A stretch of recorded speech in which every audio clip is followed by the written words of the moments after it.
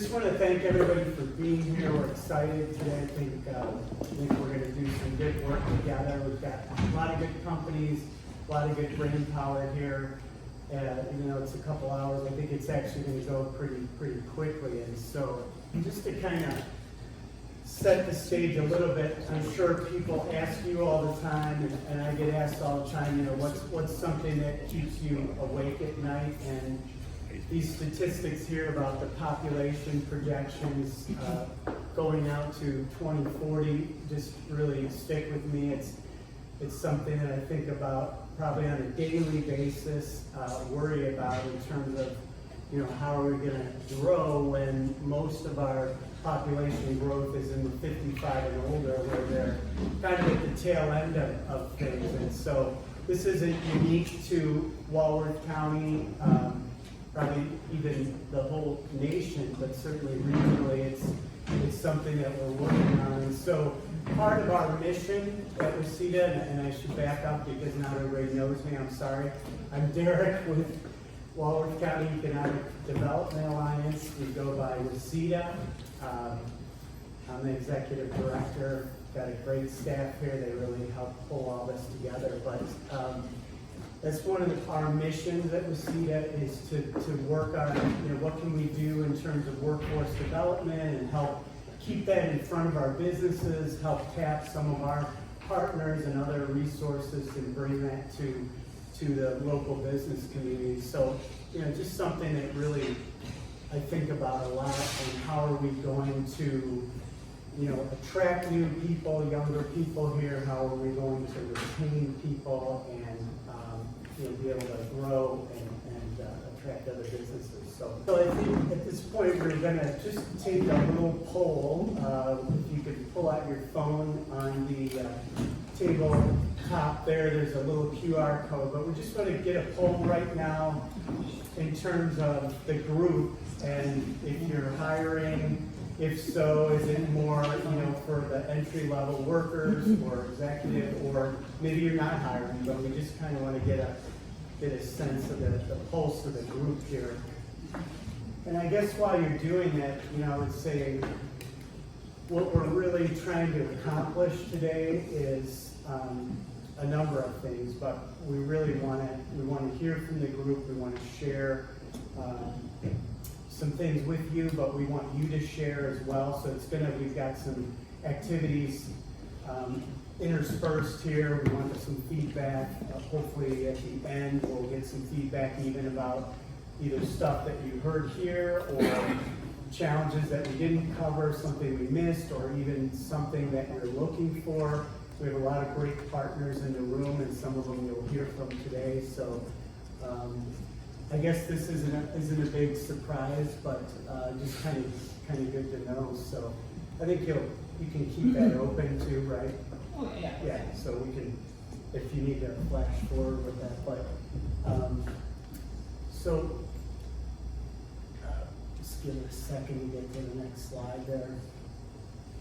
You know, so one of the things we did an event a couple months ago around artificial intelligence and, you know, what's happening in that space. It's not new, but you keep hearing it at conferences, in the news. There's a lot going on in AI, but one of the things I did before in preparing for this, I thought, okay, some of the things that we're going to talk about today, we know would kind of align with what we're hearing are some best practices. So just for the heck of it, I put it into ChatGPT and did it 5 different times, and it seems like these are the things in different ways, these themes that kept coming up every time that I did that. And we're not going to touch on all of these, but probably a good deal of those. And so just things to keep in mind. I know some of our companies are doing some of these things, but you know, the more you can connect with our educational institutions, whether it's the high schools, Gateway Technical, UW system, whatever, you're going to be able to leverage some good resources, apprenticeships or youth apprenticeships, internships, those types of things, the continuous learning we keep hearing, which, you know, can encompass upskilling and reskilling and you know, and all types of other customized training, skills gap analysis, just to kind of each year test out what are we missing. Being inclusive and looking, we're going to talk about some other groups, but you know, whether it's working with groups with disabilities or you know, other groups that may not be top of mind, that could be a good place to tap. Technology, using AI for different things, but even using that to assess what your programs are, in terms of your workforce development programs, just using that. Like I said, the customized training, developing career pathways. I know those schools are really hitting that hard, but even within your companies. And then just some of the data-driven, like I said, decision-making. So these are just some things I wanted to throw out there that we definitely will touch on, but hopefully you're working on those or thinking of those things.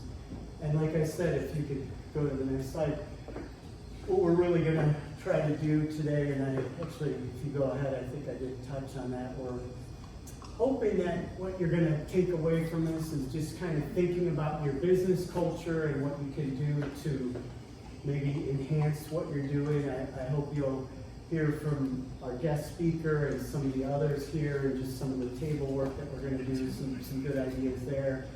I hope you'll share input, and we're going to make sure that we get some input with at the tables there, and share that.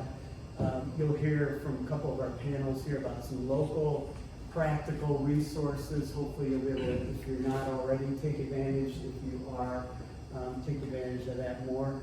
And then we really want to, by the end of this too, hear what's missing. What are you needing that you aren't finding right now? Because maybe that's something that either WCEDA or some of our partners can help chase down and then bring back to the group. So I think we'll just lead into this. So our first group discussion at the table, if you could take about 10 minutes or so, maybe pick somebody who would be willing to report out your top 3, but you know, just talk about either the trends you're seeing in workforce, hiring, recruiting, development, or challenges, opportunities.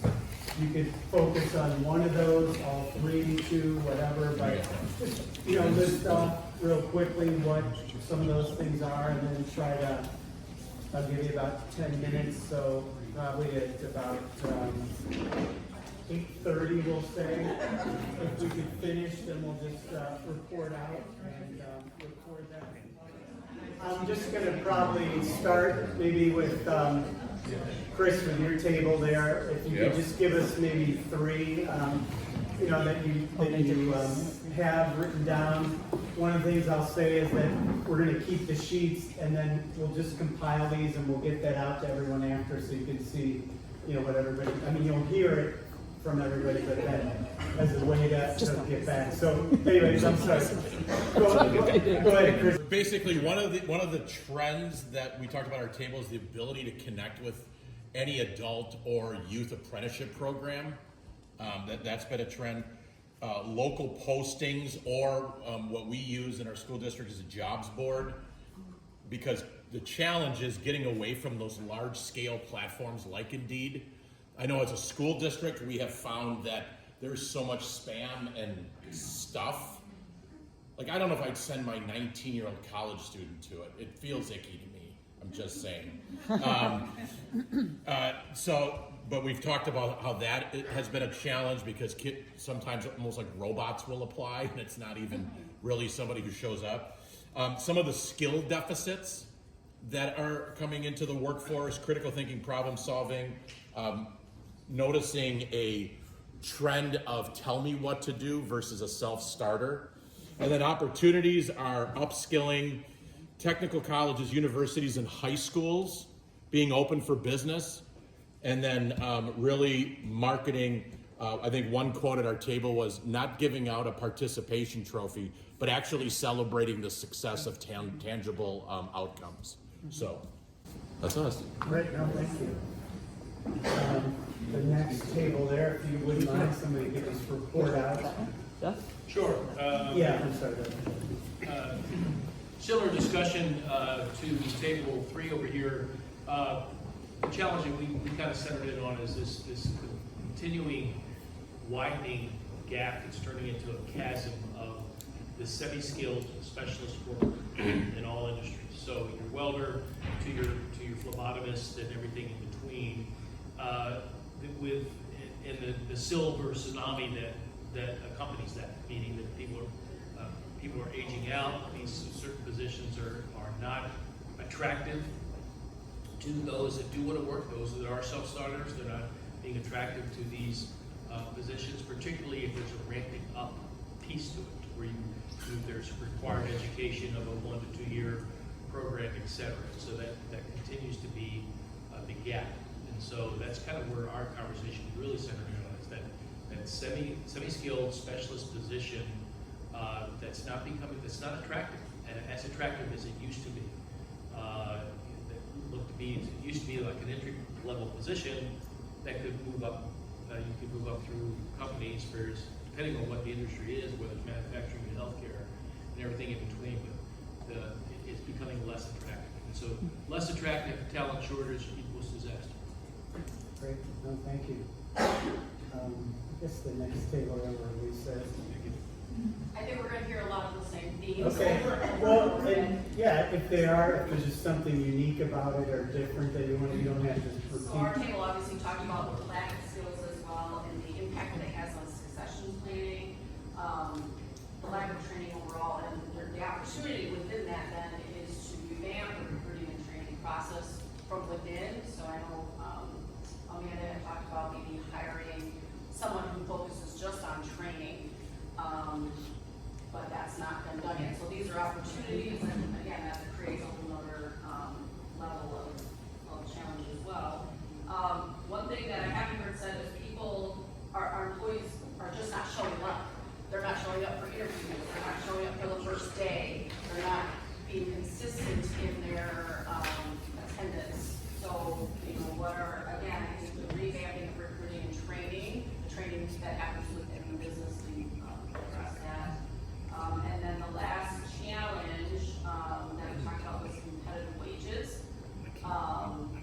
We all know that this is affecting everybody, and it's all intertwined with housing and childcare as well. So if that is something that our employees are coming in and looking at, how are we able to make it. So some of the opportunities that came along with those, we're adding bonus structures. Once you are in place, then here are some ways that we can compensate or reward you. I know that was already been said. Promoting from within, offering professional development, and offering a GED to upskill employees who don't already have that, and then using an employee referral program to find their staff. No, good. I guess maybe the back table, and again, if it's already been said, you can just, if there's something unique, I'm just going to make some things up. That works too.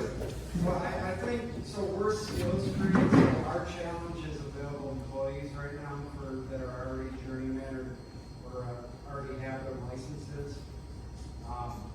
And I think some of that is, there's another challenge with that too, and that's kind of a generational challenge. So we're noticing with plumbers, electricians, a lot of them are kind of getting a little bit older, kind of getting towards retirement. And the new group coming in are more classroom based. So you had an older generation with farmers, maybe grew up more hands-on jobs, things like that. Now it's more classroom based. So it's a different style of skills trades, but I think the opportunity there is to get more involved in youth apprenticeships and even young adult apprenticeships. We have apprenticeships coming in their 30s right now. Some are in their 40s wanting to start an apprenticeship. So it's definitely a trend, and it's also an opportunity. But the challenge is right now what we do right now. So we're planting apple trees because we know we're going to get apples down the road, but we need apples right now. So that's the biggest challenge that we have in the skills trades. Maybe Liz, your table. So We have here with Integra and WCEDA organizations going out into the world and learning about what it is that businesses need. With Integra, we have a small established business where we have a culture of promoting from within. There are a few challenges as well as opportunities sort of mixed in with them. One of them is that we promote for technical skills, but not for interpersonal or leadership skills. So that once those folks have been around for a little while and we put them into leadership positions, they say things like, oh, do I actually have to go and talk with that employee? Could you, as you put it, could you make them not want to talk to me? Right? Which of course the answer is no, you really want to talk with them. Among the trends is changing hiring, training, and onboarding to include things like mentorship and personal development planning. One of the problems a lot of businesses are having is, of course, we're talking about them being short-handed is a challenge, but one concentration that Integra said that's really worked for them is a concentration on cross-training. And that's an opportunity that's presented within the organization and has actually helped them attract and retain the best people as opposed to the best skills. The inability to adapt or pivot to market needs has been a challenge for a lot of organizations. We talked about companies that are no longer with us because they weren't able to meet that challenge. I don't know what it means that we started raining. Yeah, right. So I don't think it's savings actually. And so how do you do that? Well, that's through people development, right? One thing that the group talked about was you ignore your organizational culture, you ignore what's happening in your organizational culture at your peril, right? And so building that organizational culture and realizing that that is an indirect time for your company, but actually productive. So those were a few of the things that we did. Great, thank you. Heather, your take off. And again, if it's just one thing that stands out, that's not. Well, I think these have all been mentioned, but finding experienced people is really the struggle that we see.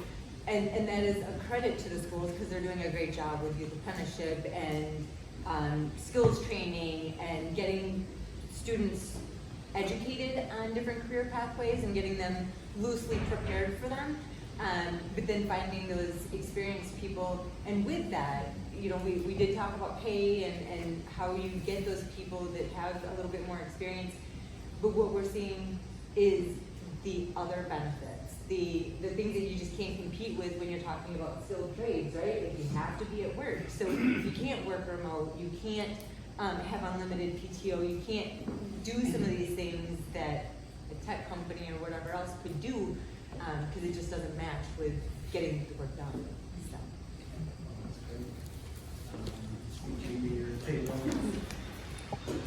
All right. A lot of ours were said already, but the first, with the trends, I think we talked about the training incumbent workers. So from entry level up to management positions, it seems to be commonplace now. One of the challenges was to get new employees to be engaged in your company business rather than just come in for a paycheck with their 40 hours and leave. It's kind of, I think as a supervisor, it's tough to make them want to buy in, which is frustrating. But we talked about an engaged workforce. I think center table had that. I think one of the biggest challenges that Leslie brought up was affordable housing, which I never thought of that. And then once you sit back and think about it, to have a good enough paycheck for an employee to be able to live somewhere, not at home, is a challenge around Walworth County. So which opened my eyes to that. Well, we were thinking too, like these kids that are still at home, they don't have the independence of living on their own, doing all their own stuff, and that might translate into work behaviors. Absolutely. That's great, thank you. Maybe we'll go this way and finish up. We had one company noted that a aggressive recruiters descended on you to push their ability to bring you employees, but at very high fees, and that the recruiters are getting much more aggressive. We also talked about the prevalence of moving towards student apprenticeship programs, but with that trend, we talked some about the challenge of finding and maintaining those teachers or those mentors for it. Once you get a good program going, you have to keep that back end of it, the top end of it, strong as well. And the last thing we noted was a trend toward trying to improve screening strategies to improve your results. Because if we're getting so much trouble on the back end with ghosting and people not showing up, is there something we can do at the front end to improve those results and screen out those people who are going to be problematic? All right, good morning. I'll be representing Table 4 today. Awesome. So we talked a lot about the culture shift for the employment force right now, whether it's the youth or maybe even some of the people who've been in the workforce for a while, but since maybe the pandemic or maybe before, people don't want to work night weekends and holidays. So that's a struggle in the hospitality industry, restaurant, that's when we're most busy.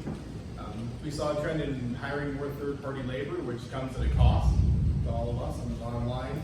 And then really kind of hiring out of desperation, right? We're so in need of people that we're just hiring people to hire people, and maybe we could have a better selection process. And we talked about housing too, a really good point. The step we took further than that was maybe what are the public transportation options from the metropolitan areas that can bring in, other labor from Chicago, Milwaukee, etc. And maybe that would expand some public travel too. Yeah, thank you. Kristen, your table. Yep. So I think our focus was actually, well, one, we were getting to know one another. But then two, we talked a lot about how cyclical our industries can be, right?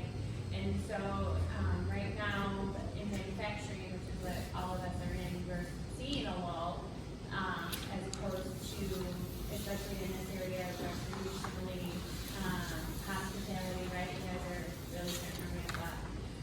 So it's about different challenges that we're offering to those employees, at least I know from my perspective at this time, to want to retain them, right? We are going to pick back up again. Don't feel intimidated about the fact that we're capping at 40. It's okay. It's going to pick back up. But in the meantime, using that to our advantage for cross-training, for upskilling, right? Establishing mentorships, and a lot, and what everybody else said too, right? No, makes sense. It's hard to toward the end. Well, All right. one thing, but I'm gonna add, Sure. one thing that hasn't been mentioned is the cell phones and the social media. That has been my struggle at work with employees. So, living on the phone. Yeah. Okay, great. And then, Kelly, are you volunteering? Kelly, are you volunteering? For the So everybody else said pretty much we did the last table, so. Yeah. But one of the challenges that we talked about was a mismatch between the work that we offer and the expectation of what that work is. And so that translates to an opportunity to have better onboarding processes so that people are not surprised when they get a week or two into work and it's not what they thought they were going to do. Because a lot of people are like hired, you start, and then they just quit showing up. And then obviously finding people, but keeping people is probably the bigger challenge because there's a trend of a lot of job hopping to make more money, get better hours, what have you.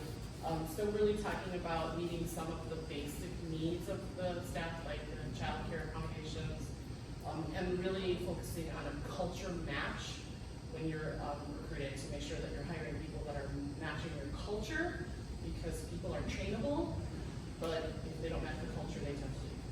Great. No, thank you. Okay. really good. And partly why we wanted to do this is just so everybody kind of understands where the others are coming from and a backdrop to what the speaker will be saying and some of the other speakers. So, you know, one of the things that we wanted to do is either remind you or make you aware of some, you know, just some different programs and different groups that you might want to consider tapping in terms of workforce or as you're developing or younger options. So I have these three people here to just talk a little bit about some of the areas, certainly not all that they do, but a few of the different areas. And so I just thought, you know, I'd start here with Lisa, who works for WCEDA. Her main function is career awareness with youth.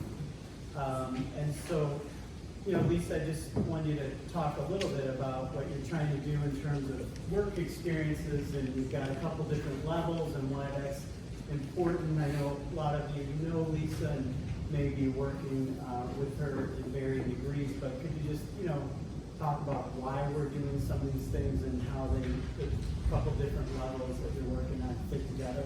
Sure. Hi, I'm Lisa, for you who don't know me. So I work with two programs at WCEDA that revolve around workforce, with the goal of finding people jobs in Lower County and helping them stay doing the jobs. So, so anyway, so I work with the schools in Lower County and the CTE coordinators, getting their students career opportunities, whether that be tours, working with the counselors on youth apprenticeships, things of that nature.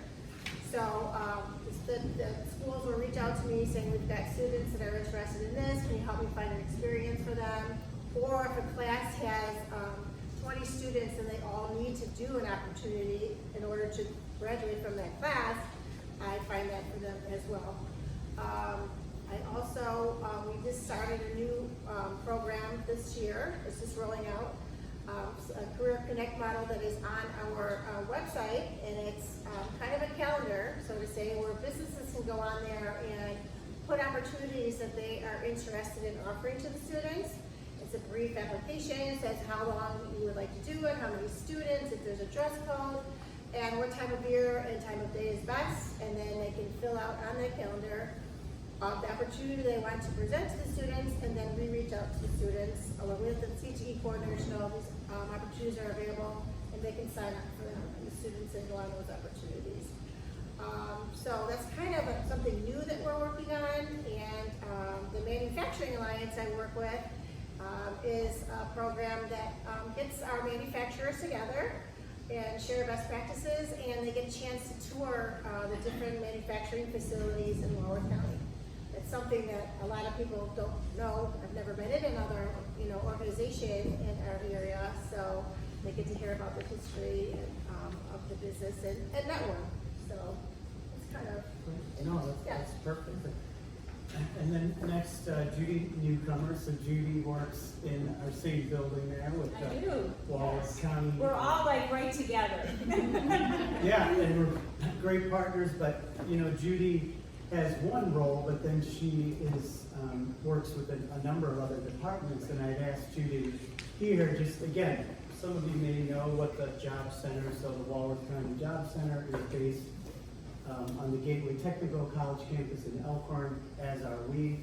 And there's a lot of different programs that can be helpful. I know at the moment there's some funding thing, but I thought, maybe just Judy, if you could just touch on a few of the different things in case some of our, either forgot about it or, didn't know about these programs. I thought it would be helpful as a way to, another way to access workforce. So we could just talk briefly about that. So, as the Warwick County Business Services rep, I really sit in a position of opportunity to partner with a lot of our groups throughout all of Warwick County and Southeast Wisconsin.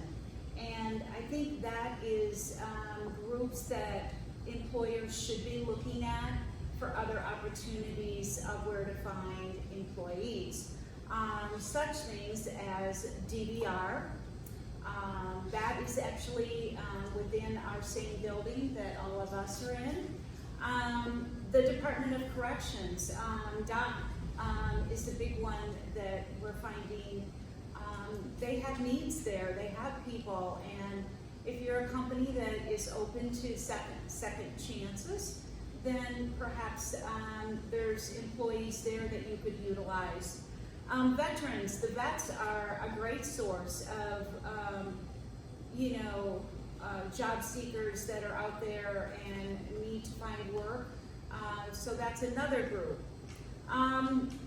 There's a lot of other grants that, have groups that we're involved in, such as right now we have a grant with the WIG that involves childcare. So we're partnering in finding either the employer can actually refer people to us, and we will enroll them in our in the process or under the program, and then in turn we'll get back by paying the wages and those kind of things. So there's always a lot of those grants and other opportunities.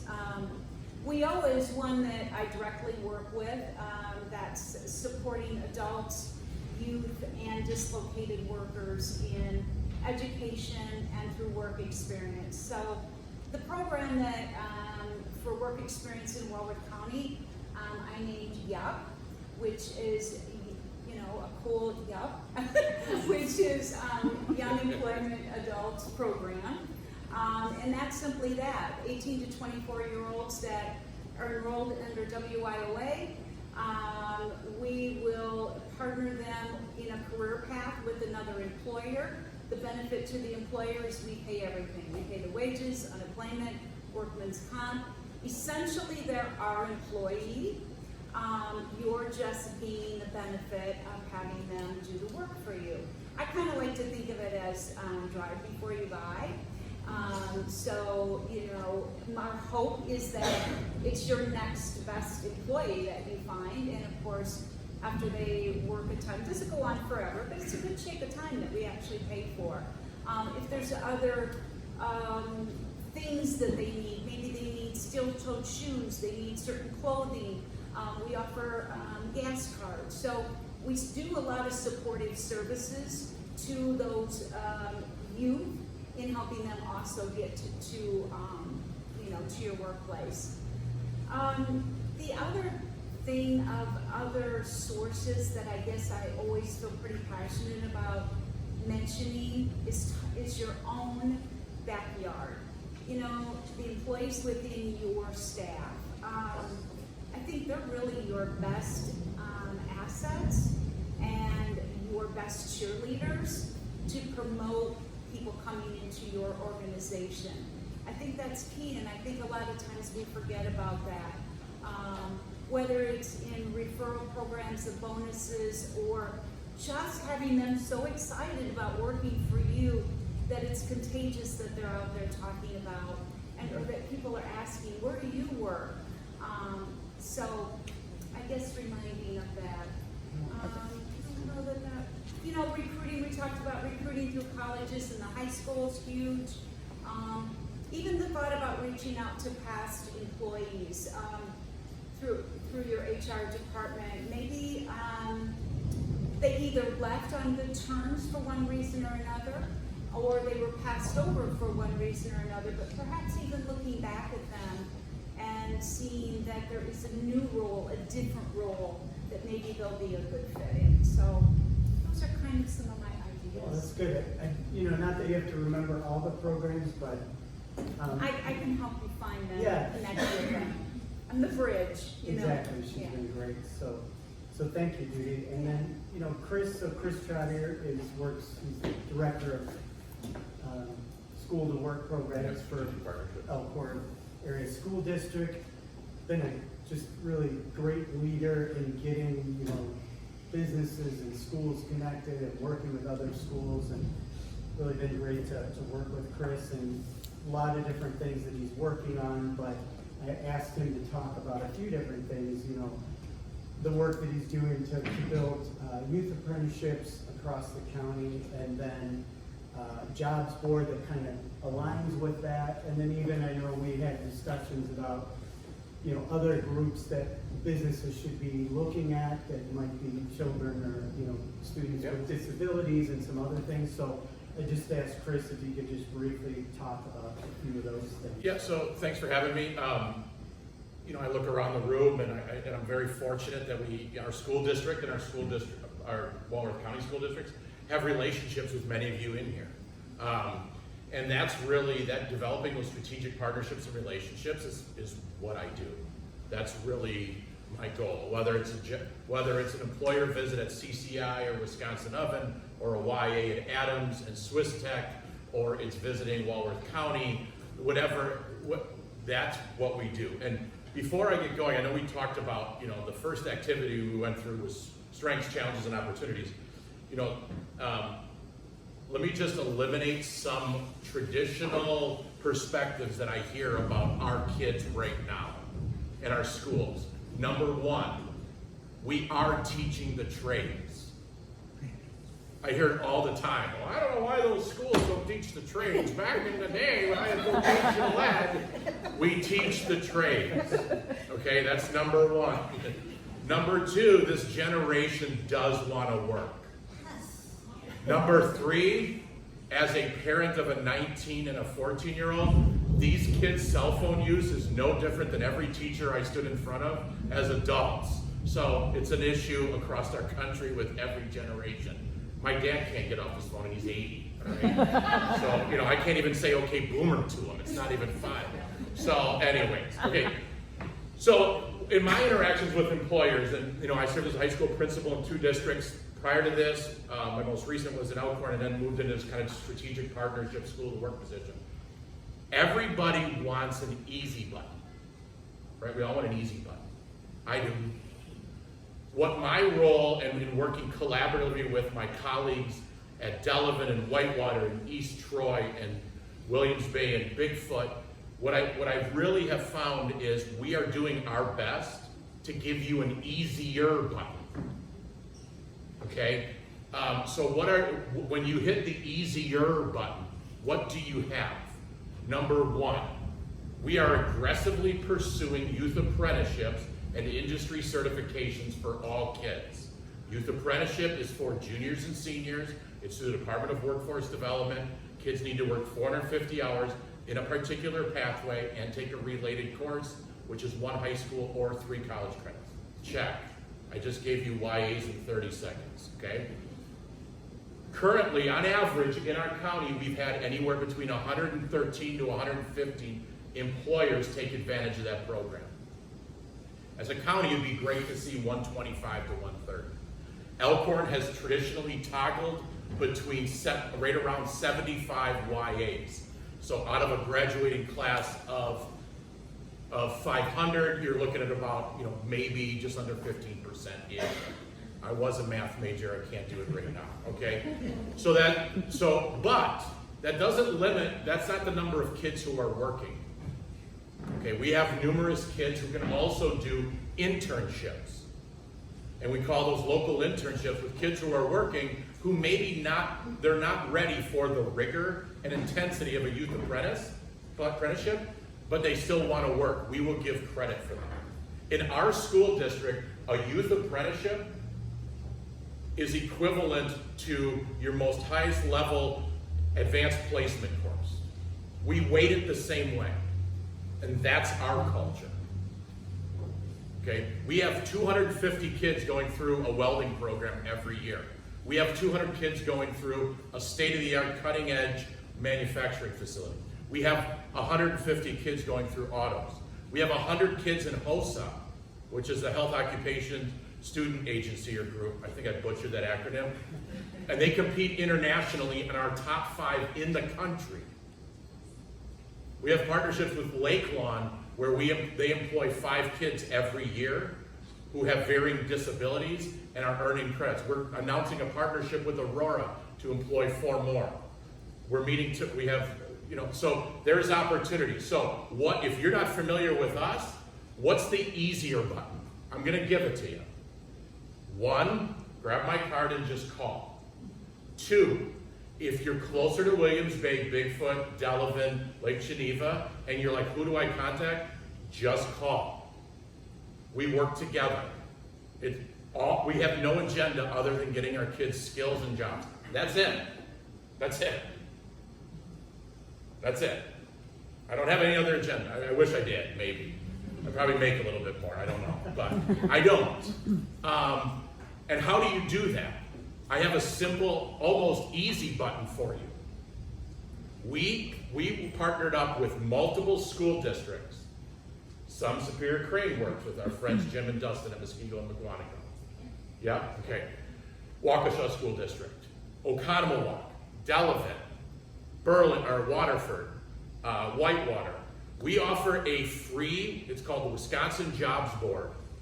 You will be getting a mailer in the next month to your company to know how to post on it. It's free of charge. We saw the survey in the beginning, 70% of people were looking for entry-level positions. If you want to start a YA program, just post who's looking for one. Company, it takes you 30 seconds. If you want to hire entry-level positions, just post it. I know I've heard people are like, well, we do Indeed, we do have our local stuff. I get it.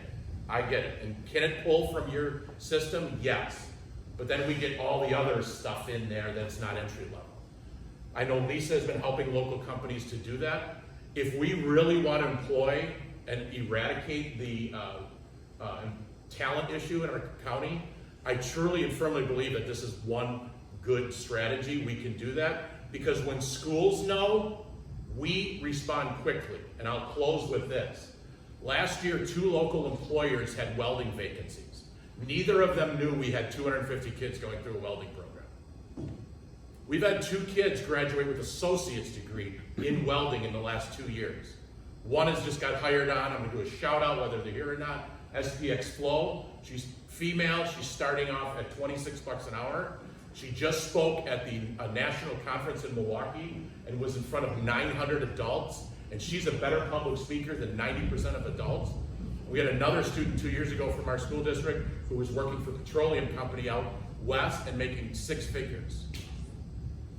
So these 2 companies were looking for 3 and 3 welders. Here's what I did to support them. They posted on the jobs board. I went and I'm like, ooh, they're looking for welders.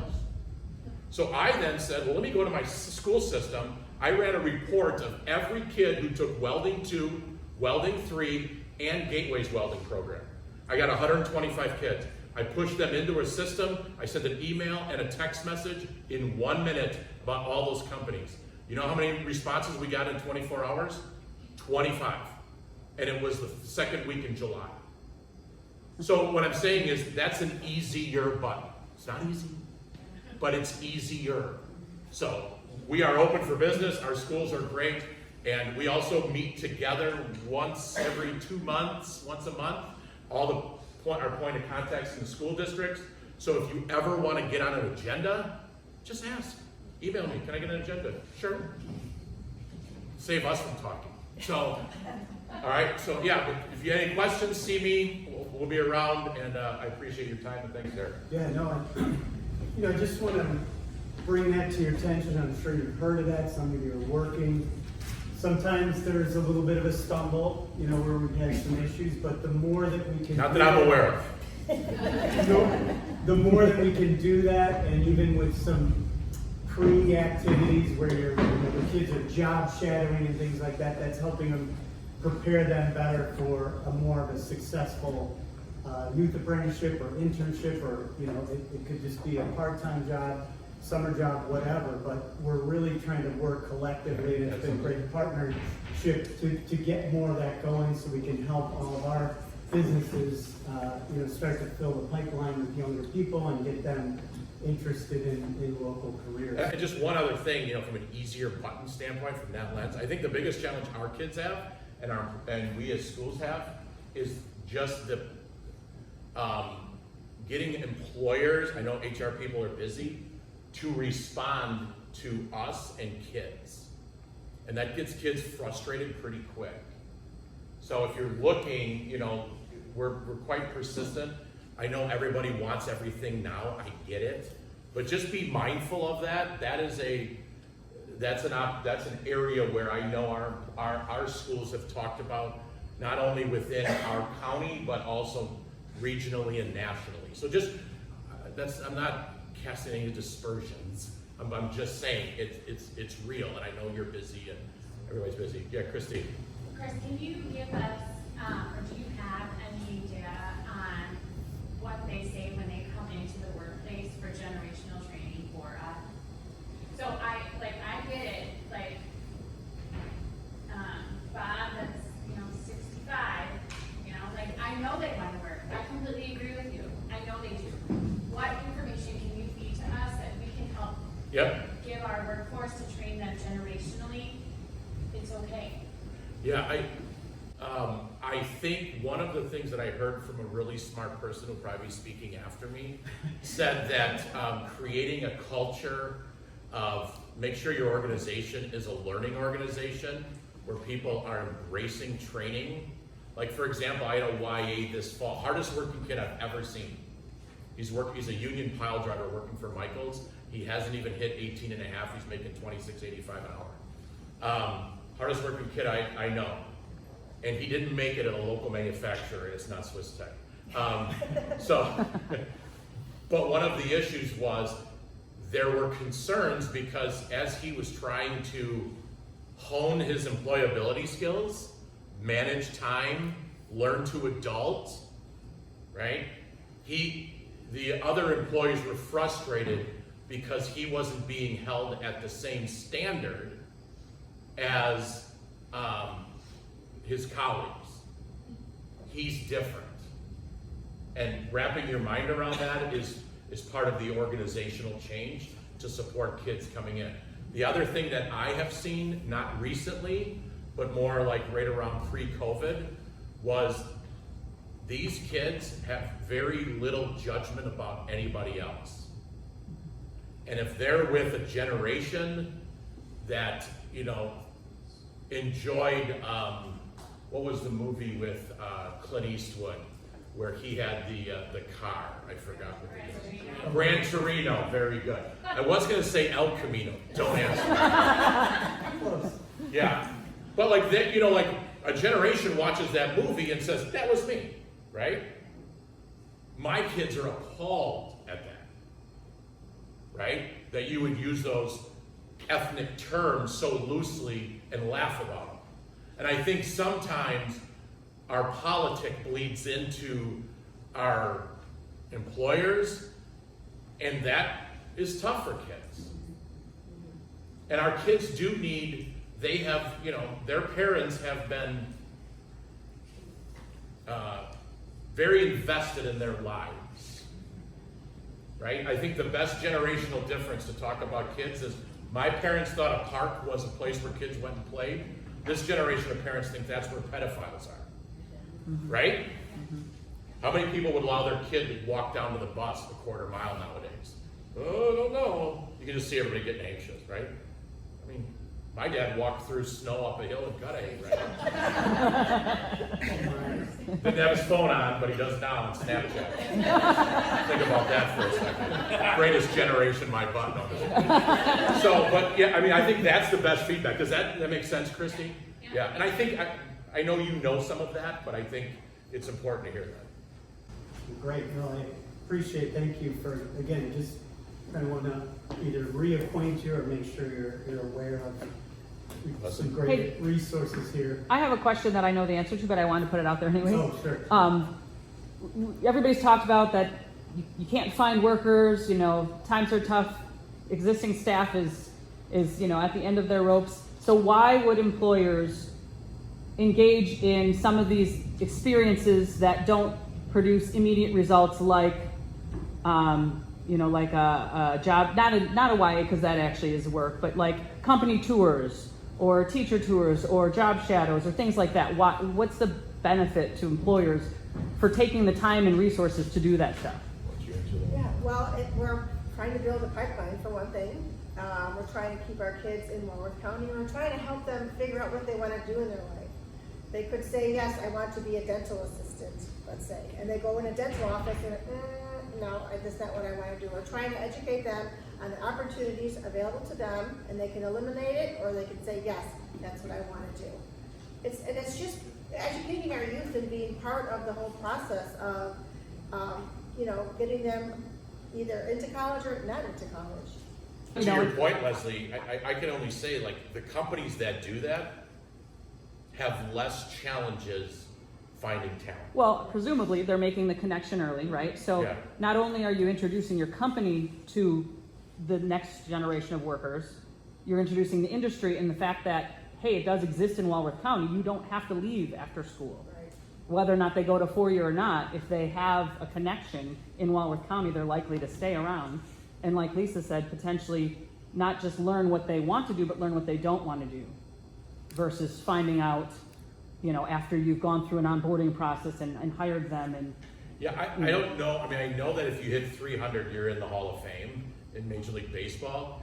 I mean, I know that like some local companies have had 100 kids in 11 years come through their organization, and they maybe have 7 or 8. mm-hmm.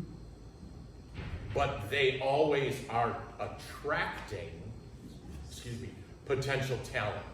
It's a constant influx of talent, constant. And it just, so I think that answers your question. I know our friends over at, I'll use one that we partner with, just because his kids went through our high school when I was principal, Stebnitz Builders. They're almost batting 100, they're almost batting 1,000 right now on their YAs. Like their employers, I mean, I can walk on there and it's Mr. Trottier seeing their employers because they're all former students at either Elkhorn. There's one from Williams Bay that get hired. These are master carpenters now. They're 21.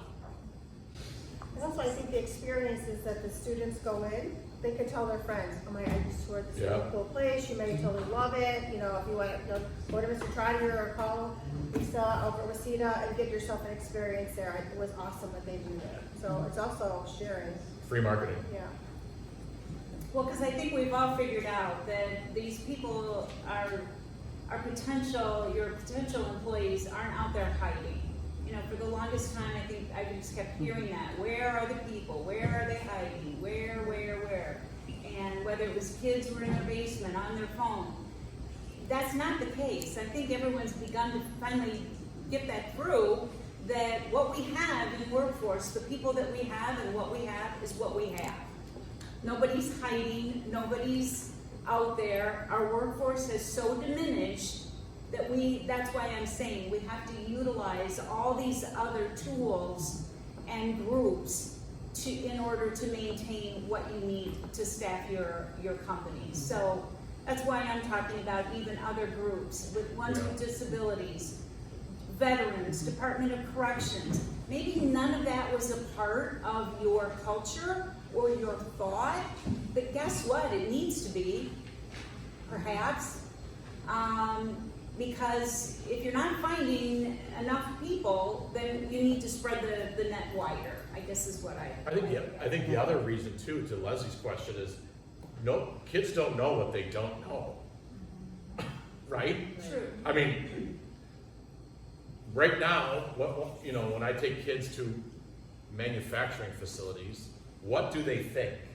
You close their eyes and ask them, like our friends down at Scott Forge, they think of forgery, right? That's what they think. And Scott Forge is a cool place, don't get me wrong, and they're great partners and do great things for YAs and employees. But that's not Swiss Tech or Precision Plus or Prop Chef, or like that's not, and all of a sudden kids walk in, they're like, whoa, look at all this technology, look at this. Or they go to a construction site, right? And they have a certain mindset. We walked in, we did a tour at Thielen Construction on one of their lake homes, and the kids were like, oh, I can do this. Well, they didn't know, they don't know. They don't know. So you're trying to attract a group of people, a talent pool that has no idea what you do. When we toured CCI and Heather, we take them through and they're like, whoa, are you telling me commercial construction is that different than residential? Kids were like, I love it. I love it. So I think that's breaking down that barrier. That's why what WCEDA's doing with their career connected learning model is brilliant. And I think it would do great things. Yeah. What are you doing to educate mom and dad? Yeah. About that? Because I know, having worked in higher education, Yeah. the biggest battle we had was that Yeah. the kids' ears were being filled with what mom and dad wanted us to do. And I'm Gen X, and I went to college. As am I. And I expected, and I was going to be a professional, and that's just, you know, the way that we were trained from the schools, and that is shifting. And the technology world and the trades have changed significantly, but the mindset mom and dad has. And so what the kids are walking into is they don't know what they don't know because they've been told something else. You don't want to do that, that's a dirty job. You don't want to do that, that's so much work. And it's not true. Yeah, I'll tell you, to your point, it's really difficult because I always love hearing people, like especially educators who are like, our kids should do the youth apprenticeship and go into jobs. And then I say, well, where'd your kid go to school? Oh, you don't need Madison. Yeah, right? And nothing against them. Like, nothing against Madison, nothing against, it's overpriced, but whatever. Nothing, that's just my opinion. But like, you know, nothing against it, but nothing against going into it. But like, you know, it is a difficult change. And it is coming from that generation where they still, but the 2025 cliff for four-year institutions is real. And it's happening because more families and kids are choosing other pathways than 4-year. Now, 10 years from now, I'll be retired. We're gonna hear, we don't have enough 4-year degrees, right? We know that cycle, right? Or we're saturated with plumbers, or I'm not saying we are, but you know what I mean? Like, I think that's gonna be the next, but it's changing. We've seen the number through clearinghouse data, which I know you're probably familiar with. We've seen our number of 4-year and 2-year kids decrease to almost, I think when I first started as a principal, it was probably 75%, just in 2 districts. Now it's like 55. But I think I'll tell you the coolest story. And this really is what makes Elkhorn so cool. Last year, the valedictorian stood up in her speech, and she was an engineering kid, 4-year kid, going to Madison. She's going to crush it. Great kid. She said, she had every kid stand up and said, if you're going to a 4-year university, please stand up. And it was like 50%. And she said, thank you for choosing that. They all sat down. Stand up if you're going to a 2-year. Same thing. She said, stand up if you're going into military. Stand up if you're going directly into the workforce. And it was like 25 to 30% of the kids. And everybody clapped. Stand up if you're undecided. Like 2 kids stood up. It was hilarious. But she says, thank you for not knowing, because you may be right. So my point is, it's getting to those kids, because these kids went through the greatest recession, and they know, like, I need money. I need money. They remember what their parents went through. So I don't know if I answered your question, but I will answer with 2 words: social media, engagement, trying, you know, just taking our cuts.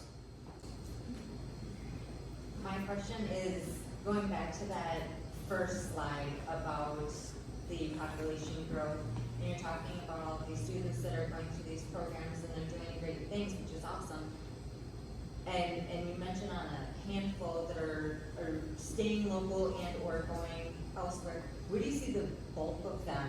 Do you see them staying in the trade that they learned during high school and pursuing that as a career? And do you see them staying local, or do you see them more spreading out across the state, across the country? It's a great question. That data is really, really hard for schools to collect. Right, once they walk out the door, right? Yeah, yeah. I'm good. See ya. Hope I never see them again. No, I'm just kidding. That's at other schools. That's Elkhorn. But I mean, for me, walking around, I think it all depends on the industry and the company. Like when I walk into, I mean, I could name a bunch of them. I see high school kids that graduate all the time. And I'm old and I've been around for a while, but you know, I see more kids with a desire to stay local. It's just that, Pam, what's the median house price in Walworth County? $375, $360? You know, like it's trying to find housing and available housing, and it's weather, and it's, you know, so it's hard. I can't give you a straight answer, Heather, but you know, I see more kids taking advantage of our easier button and staying local because employees like all of you are making it, setting the conditions and making it the right fit to stay local. And I think that's a good part of it. And because I think that's really what we're hoping to do is, you know, encourage more of that. I know it can be challenging, you know, to work with some of the young people and the mentoring and getting that down, but it's really starting to pay off. I think anecdotally, I'm seeing that too, that there's more kids, and maybe it's because we're working in that space, but we're seeing more kids getting connected to local careers and learning about it and talking about it with their parents and hopefully on the social media and that. One last thing I would say is I think some of the companies that are really doing well with working with young people, they're trying to use it as a leadership opportunity for some of their younger workers. So it's not like, geez, I have to take away somebody now to work with this person and I'm losing it. It's more, hey, I'm going to give this young person at our company a leadership opportunity to engage somebody else. And so I think if you can look at it in that way and try to make it in that way, I think you can, you know, ultimately build on. But thank you, everybody.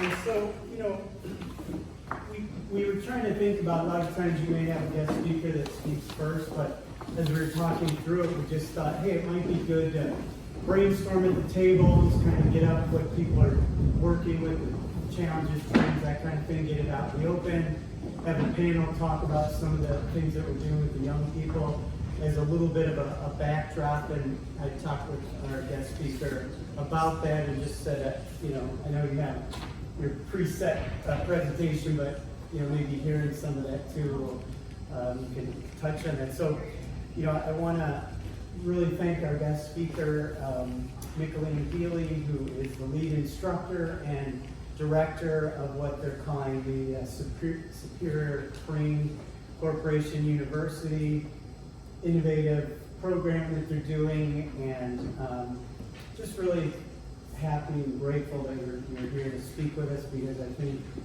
you know, even if somebody doesn't do to the extent of what we're doing, I think it's just really interesting to hear what companies are doing. And, you know, you had mentioned that it's really 85 employees. It's not a huge company, so smaller or mid-sized companies can do that. So with that, I'll invite you up to speak to you. Thank you. Appreciate it. Good morning. Good morning. First off, I do want to thank Derek and WCEDA for inviting me so I can come and share a little bit of some positive things that are occurring at our company. And thank you to Mr. Chris for suggesting me. You're welcome. I appreciate it. So, first of all, again, my name is Michaelene Healy. A lot of people call me Mickie. That's my nickname. I am the quality assurance manager as well as the head coordinator of a program called SCC-University. So I know we have a lot of business and industry here. Do we have, besides Chris, some school staff here today? Can I get a raise of hands? Yeah, thank you. Awesome, awesome. Thank you for being here as well. So a little bit more of an intro on myself. I've been in the manufacturing industry for about 12 years. If you can click on that next slide. And I have established and maintained our quality management system to ISO 9001 2015 compliancy. And a little background even further in my past, I actually was a special needs teacher for middle school students for about 5 years. And during that time as a teacher, I learned a lot about these students, that they were a lot of tactile learners, hands-on learners. In fact, when they were looking towards high schools, I was often trying to push them towards schools that were heavily like teaching the trades, because I knew that's where they would probably be successful in. So this kind of comes into play a little bit later on, as you'll see as we go further into the little bit of story of it. So if you can.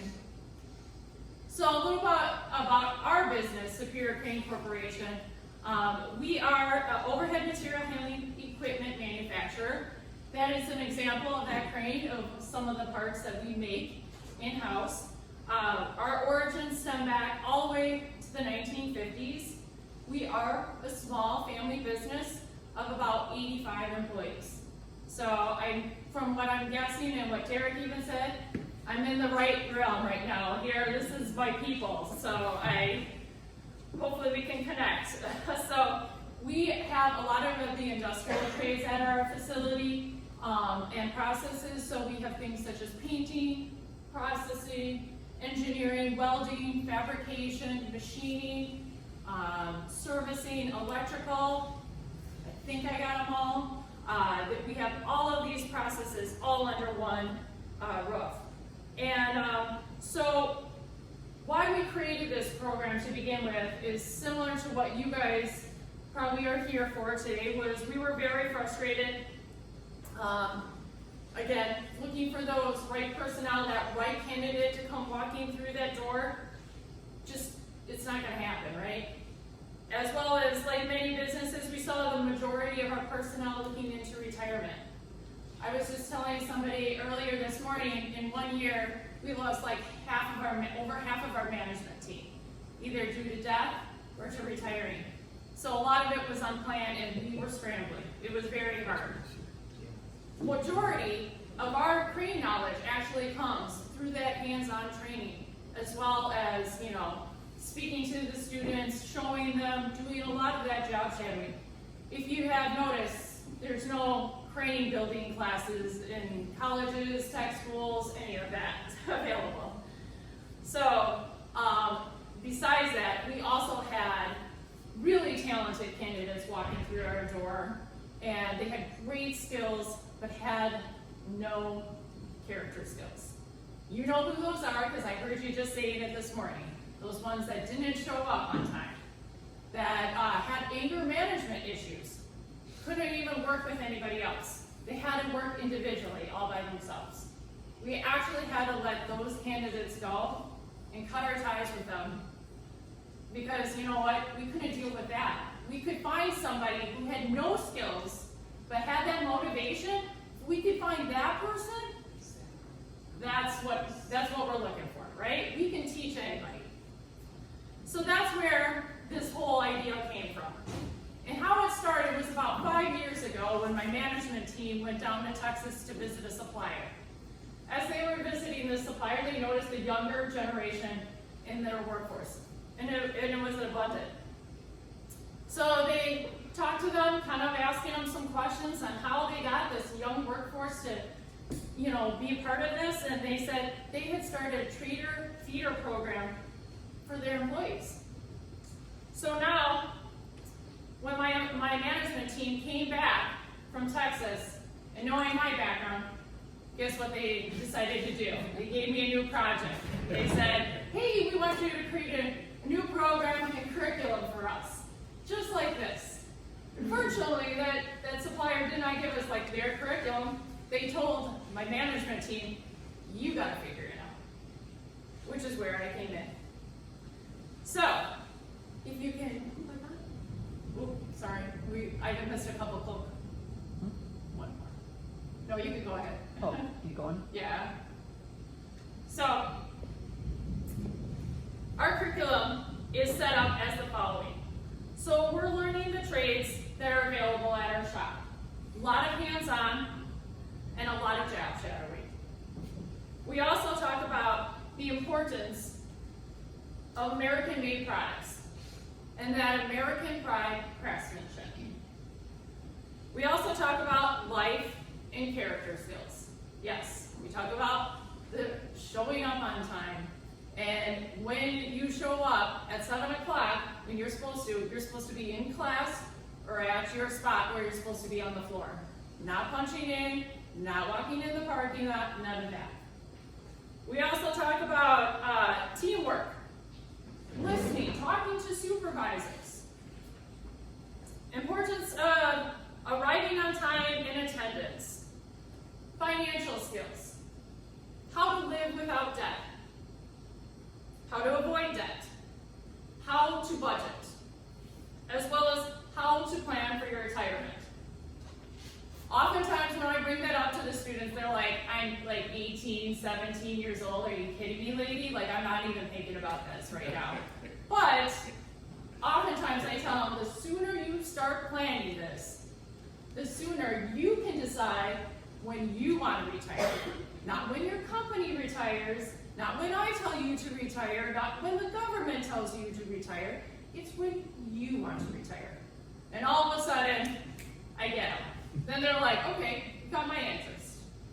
So we talk about things such as retirement.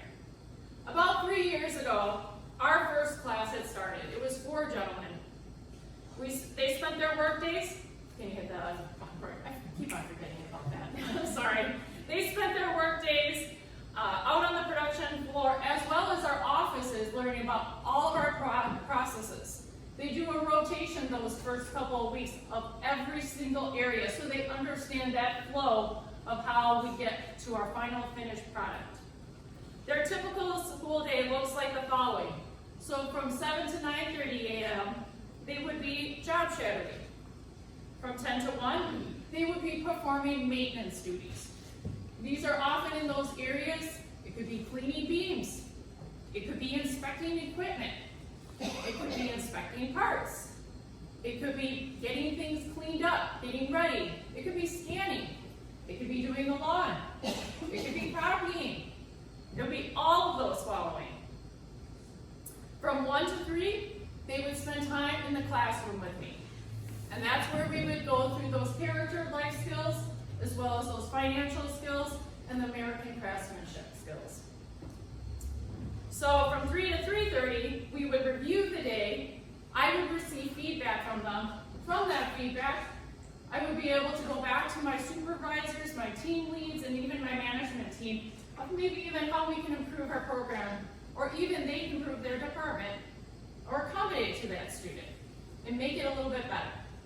Otherwise, it gives them an opportunity to just talk out and see how their day went and some things that they actually learned. What are some positives and what are some negatives of the day? So through the apprenticeship program with the schools, students under the age of 18 are allowed to use those power tools and are able to weld under supervision. So again, just like Chris had mentioned, we have worked with a lot of the high schools apprenticeship programs. And if you haven't taken advantage of it yet, you need to. It is fantastic. Safety is huge for us, and just like some of the things that you are seeing in the pictures of what we are building and making, we have to take extra steps in making sure their safety is still in place. We make them take safety classes on a regular basis, wear high-vis clothing and hats for employees and supervisors to clearly see where those students are during production hours, and we make sure those students are always being supervised. During the summertime, students work full-time hours, and during the school year, they work part-time. And we accommodate to their school activities as well as any other needs they may have. Due to our success rate, we are no longer guaranteeing, though, that part-time option to our students during the school year. This will be our first year. We are actually going to let our students' performance dictate if they get that opportunity or not. We actually are getting so many that we can't hold them, and we want to be still safe. So, we just started. Oh, can you put the next one? Yeah. Oh, perfect. So, we just started our 4th year of the program, and we currently have 6 new students. This is our biggest class yet. We have students from McWanago, Greenfield, Franklin, Waterford, and Muskego. we have retained 8 SCCU students, where 5 of them have become full-time and 3 are part-time. That is a 67% success rate. Does every student turn into a full-time employee? No. And some have left for other options, including military, but the company feels it's worth the investment. And it has built a stronger community for our next generation of workers. So even if that student doesn't stay with us, we're hoping those life, character skills, financial skills will still be with them even if they go to another business, and continue to hold on to those skills.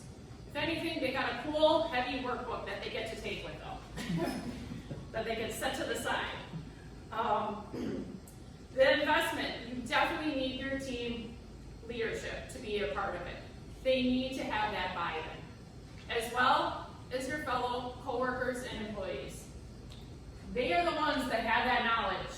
They are the ones providing that skill and teaching it to them.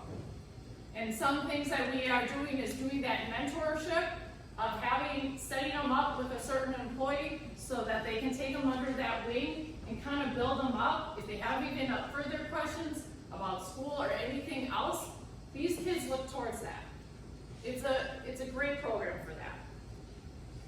With the help of this new program, thank you so much, Leslie. You're helping me through this.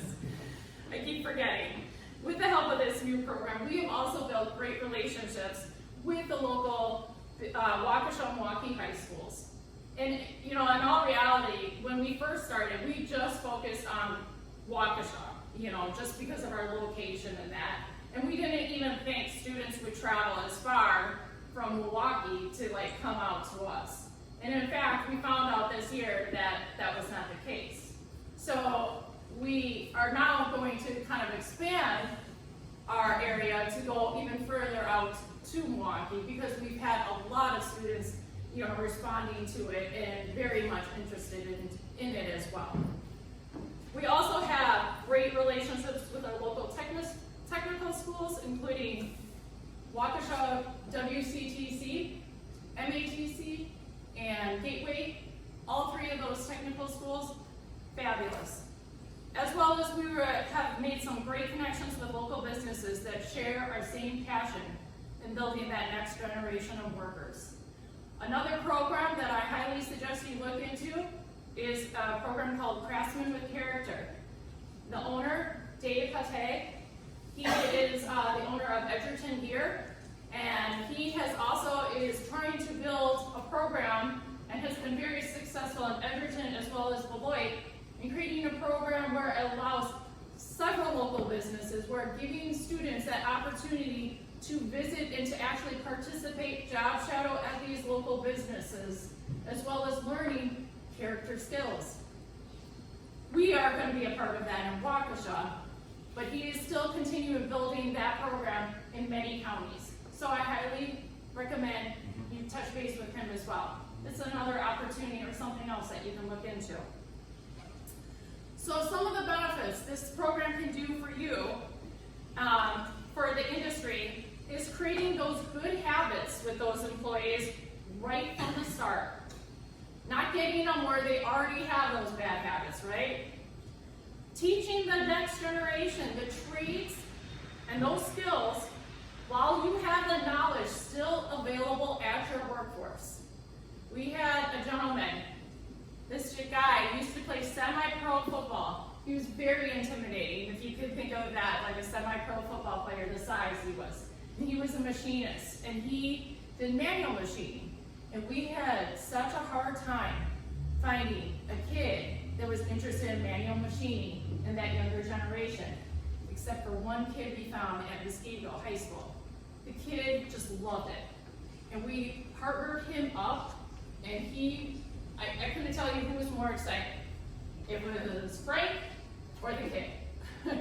Because he was very excited in giving out that information to this kid before he retired. And in fact, he now is happily retired, and that kid is now doing his job, which is pretty awesome. This teaches students all the processes from start to finish, showing the value in everyone's position in departments. It also teaches life skills that are valuable to your company and setting your employees up for success. Remember, happy employees will stay longer. How can it help out schools? Well, we have the population of students, like Chris had mentioned, that enjoy and want to work with their hands, that are those tactile students. They don't want to go that 4-year route. They don't want to sit at a class or at a desk. We are helping set those students up pre-graduation through those apprenticeship programs, through the dual enrollment programs at those tech schools, as well as having that hands-on experience through this program. They are getting set up and realizing what they like, what they don't like. We are also connecting with the schools can connect with those local businesses and opportunities, those company tours, fairs, etc., that introduce careers that these students have never even heard of. I was talking to Derek this morning. An example is, I have 3 daughters, all teenagers. One of them was interested in healthcare and actually participated in the HOSA group. She went into it, she thought for sure she was going to be a nurse. She went and did the CNA program, saw it, did it, graduated, did not like that. She did not like that after she went through that. And she was like, I don't want to do it anymore.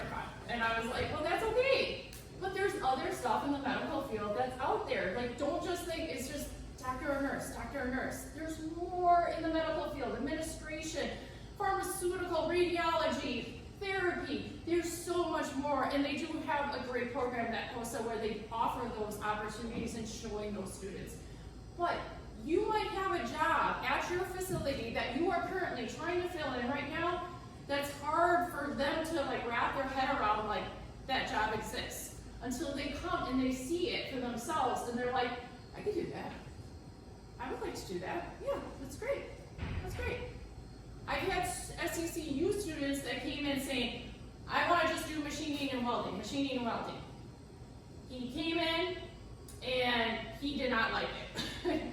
And then we tried other areas, right? That was our benefit of having all those processes under the same roof. And he tried painting. And now he's our painter. So, as many times as probably all of us have changed even our jobs, including myself, that's probably going to happen with them. So having that experience where they can see what you have at your facility is just, that exposure is very key, is really key. With this program too, those life skills and those financial skills are just reiterating what the high schools and their families have already been trying to teach and trying to solidify, but we're actually putting into real job case scenarios. So it's been a really great experience for us, and even with some things with like, I wanted to mention too, even with some of the questions and building our culture to kind of accept it, all of our employees, it would not be a success without them. So that buy-in and telling them, and when we told them like, hey, like this, we won't have a business no longer if you don't help share your knowledge. Your job's not going to be taken away from you. It's just sharing that knowledge to that next generation. And fortunately, we've had a lot of our employees step up to the plate for that. So, any questions? Yes? On that exact topic, can you give me, is there like a regular cadence that your leadership team would push that message down? How did they do that? Because obviously your leadership team is totally on board, Yeah. right? Yeah. Yeah, we have like these monthly toolbox meetings, we call them, and we bring all the groups together and we talk about things. So they kind of brought that to the forefront and you know, the reality, and they saw it, you know, they heard it, you know, everything. So they knew that, you know, and they were even saying like, how can we get these young kids in here, you know? And so we said, well, we're gonna create this program, and yes, sometimes can it be difficult because you're trying to get a job done, right? They're trying to get parts done, and then you have like a student sitting there like asking questions or, you know, maybe in the way or something, so they have to be patient about that too. So we try to like, you know, also pair them up with people that we know will have it with them. Get along with. Yeah. Do you think that in part the acceptance from your doers, management acknowledging to them, hey, this is going to be frustrating at times, was that helpful? Yeah. Oh yeah. And we try to be accommodating towards that too. So the students do like a rotation in each area, and then what we do is then we kind of sit them down and then we talk to them about like, all right, you've checked out all of the areas. Is there certain areas that you really want to focus on? And those are the areas they do. But I'm constantly in communication with the supervisors. I mean, that's the great thing about a family small business. Like, you're not going several layers just to talk to the top management. You'll see our CEO and president walking around, possibly cleaning machines or, you know, plunging the toilet if he has to. Like, none of us, you know, are above that. And we even tell students that as they walk in for their interviews, we tell them, you know, are you opposed to plunging a toilet, you know, if you have to, you know, and they're like, no. Do I have to do it all the time? I'm like, no, but nobody's above that, okay? We don't like to hear people saying, like, that's above my pay grade. And that includes even our current employees. Nobody's above the other, so, yeah. Mickie, describe your relationship with schools and what those interactions look like when you have students on your floor. Because I didn't do a very good job of talking about like what it looks like from my lens, but I think if you could talk a little bit about your interactions with the schools and how that looks. I feel like that's that is like my part of my job, right? So I'm there a lot with the high schools. I'm constantly in contact with the counselors and with people that can connect me to students like Chris. And a lot of those staff members that are like trying to look for those student youth apprenticeships, those are the people to also connect with at the high schools. Just connecting even with like-minded businesses that are looking at those same goals as you, and that might be looking for like maybe even the size, because like I told Derek, I've told about my program to several businesses, and when I look at bigger businesses, they're like, oh, we can't do this. We can't do this. And I understand there's some things, like this isn't a program for everybody, but maybe there's some things that you guys can take from it that maybe you can incorporate that might help your business out. But a lot of it going to the career fairs, going to the job days, career days at the high school, getting our face out there, going to make high school visits at the tech ed programs, getting to meet those tech ed teachers. I know a lot of them by first name, and especially in the Waukesha County. And I'm looking forward to going out to the Milwaukee one, you know? Me and our president of WCTC, I know him very well, let's just say that, because I'm constantly talking to him about our program or seeing of how we can like further it in the Waukesha County, you know, and things such as that Craftsman with Character, that helped me get connected with them through this program. So I do a lot of going out there. Those career fairs, job fairs, all of that is really important. And it's getting your face out. I see, we bring lanyards, and you would never think of it, but the kids go nuts over it when you come to career day and just hand out a lanyard. And then they're marketing for you if you don't even realize it. Because my daughters, like some of the high schools that I went to was where my daughters attended, they're like, I see those stupid lanyards everywhere now. You know, and I'm like, right, that pays for a lot of your things. I'm like, don't be ashamed of it. So, yes. I'm curious what impact the university had on the company culture.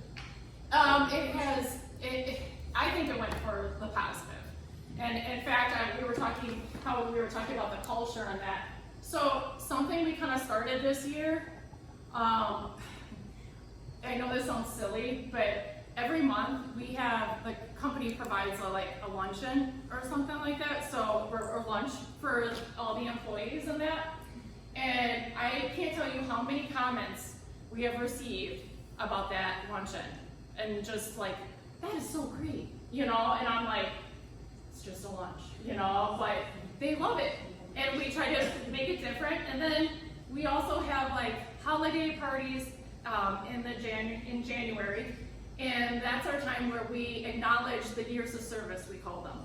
And that's acknowledging everybody's like, you know, years of service and bringing them up, acknowledging that they, you know, get something to like a nice gift. We have it on our plaque, a nice plaque in our front office so everybody sees that. And we take pride in that. And as they get more years of service, the gift even gets bigger, right? But we find that really important to share that with their significant others. And then we also have like a company picnic in the summertime, and that's more like a picnic style kind of thing, like old school, but like it's like the greatest thing, and the kids get to come, so we're bringing those families in, and I can't tell you how much like my employees have come up to me and they're like, I can't wait for this year, you know? If we have a beanbag tournament, so they go nuts over it, we like, you know, all of this stuff, and then we have like a big bouncy house for the kids. They love it. And I think, like, we can't compete with some bigger companies that can, you know, have better pay sometimes, but we found that our culture is way more appealing. And I actually have, like, we've had 4 employees that just came on. They had worked for the unions and nothing, you know, against that, but they said they never experienced like stuff like that. And they, with the lunches, with the recognition, with the company picnics or anything like that, they never received that. And they said, I love working here. I may not, you know, have as high of a pay, but, you know, also too with us, you know, accommodating to a lot of the employees, like if they're going through something with family-wise, you know, and you know, as a smaller company, a family company, you can do that more so compared to like a bigger company, right? That's the advantage us smaller family companies have compared to those bigger companies. And honestly, that culture, that's the key. That's gonna keep that kid there. And some of the kids that we've been able to keep, like, I'm so glad because they're following suit. And those guys that, you know, that even stayed, those really talented guys that came from the union that stayed with us, like they're mentoring these kids and they can't wait for this new batch of kids coming through. So I'm really excited. So I think this program has done a lot for us and has helped us out. I mean, to the point, we can't even hold on to the kids, like all of them. So we even told them this year during our interview process, like, you're going to have to like show that you want to be here. And for the word getting out on SCC-University all the way out to Milwaukee high schools and that, it's a pretty big step for us. So, any other questions? I did want to touch a little bit based on your screening process. For these particular students too, we go through the whole 9 yards of like the screening process. So they have to apply, then we have an interview process, and a lot of these kids come like with suits on, very nice clothing. This past session, we had a kid coming in with his laptop, showing his portfolio of welding projects. It was fabulous. We're like, holy cow. So yeah, they keep on getting better and better. And not only that, once we hire and we select those students, we actually tell them to bring their parents in, because we want the parents to actually see where they're working at and how we feel safety is important. So they take a tour of the facility too, and basically they find out what the whole program is about as well. And oftentimes I get the parents pulling me to the side and going, this is awesome, you know, so, you know, it's been very good. So that screening process though does help, as well as far as like kind of like showing them like this is like big girl, big boy stuff. Like you're putting your best foot forward. So, yeah. Anything else? All right.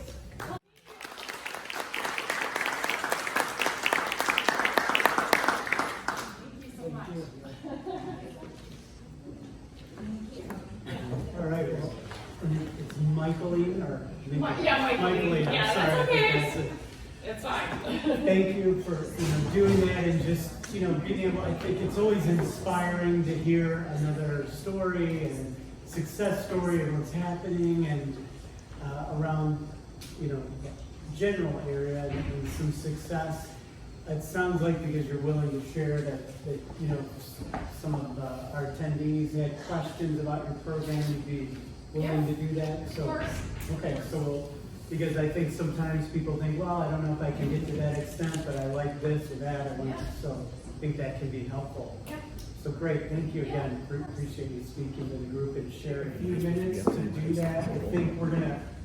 So we try to finish close to being on time and kind of cut the last activity a little, but I do think it's important here to hear from a few people here. So we have Liz Oplatka who will talk, but she's from Gateway. She does leadership training for us with a few programs. She'll touch on that. With Judy Newcomer, who you heard from before from the Job Center, but I had asked her just to talk a little bit about some of the recruitment things that she's been doing that have been successful. We have Susan Smolarek, who works for WCEDA and works with actually helping bring in students for some of our classes. So she's just going to touch on a few of those. And then I had asked Chris to step in because we have a new program, and the person we wanted to talk about that couldn't make it today, and Chris is familiar, so he'll just take a minute to do that. So with that, Liz, I'm going to have you go ahead and just lead us off there a little bit. Good morning, everybody. Thanks to Mickie and to our earlier panelists for bringing up how complex it is to both attract and retain the best possible employees. All of it reminded me of that Drucker quote, culture eats strategy for lunch, right? The good news is young people want to work, okay? They do. Everybody wants to work. People are generally good. Sometimes we do things that are mistaken because we just want to belong, right? That's why we do it, because we want to belong. So we've got to reach for all of it. Like, all of it. Our organizations are fantastic at what we do technically. We're some of the smartest people in southern Wisconsin. But how healthy are our organizations? Because when those new employees come into our companies and they're working along someone who they believe doesn't like them and wants them to fail, and might not like them and want them to fail, and then they go to someone who is in a supervisory or a lead position who says, please just go back to work. I don't want to deal with the fact that you're a human being. And then then that supervisor goes to a manager, and the manager says, well, you're the supervisor, you handle it, right? So what we're trying to do is to help folks who have moved into supervisory positions or are high potential for leadership become effective in that work in a broad way. The work that we do for WCEDA is really brief. It isn't all of it. There's more to be done after you finish that. This is for the lifetime of your organization. We encourage folks to do things like build effective onboarding programs, as well as mentorship programs, employee development planning programs, and what is known as pay for skill or a skills matrix inside of their organizations. We also do a program in, we call it top level leadership for folks who are at the director leader or above, or training to be in the director leader or above, so that everyone in the organization is speaking the same language. So these things can be really helpful.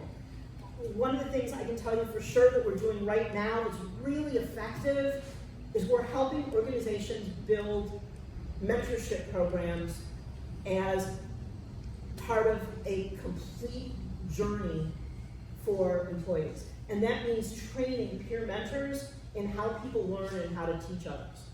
And we're finding that it's very effective, particularly when it is paired with what I was describing earlier, which is a skills matrix. That's a way of bringing people through an organization who are who might not have the technical skills but have the character we're looking for, right? And as they learn more skills, their pay and their security inside of the organization increases. Those are a few things that we're doing. Well, and I would just say we've had literally, and I know a lot of you have sent participants to some of these programs that Liz does, but hundreds of people go through, and Liz just has a knack for engaging people, getting them to come out of their shell and really kind of working on some good things. So we appreciate all the work that you do, and I thought Susan could just talk a little bit about some of the programs that Liz does for us. So.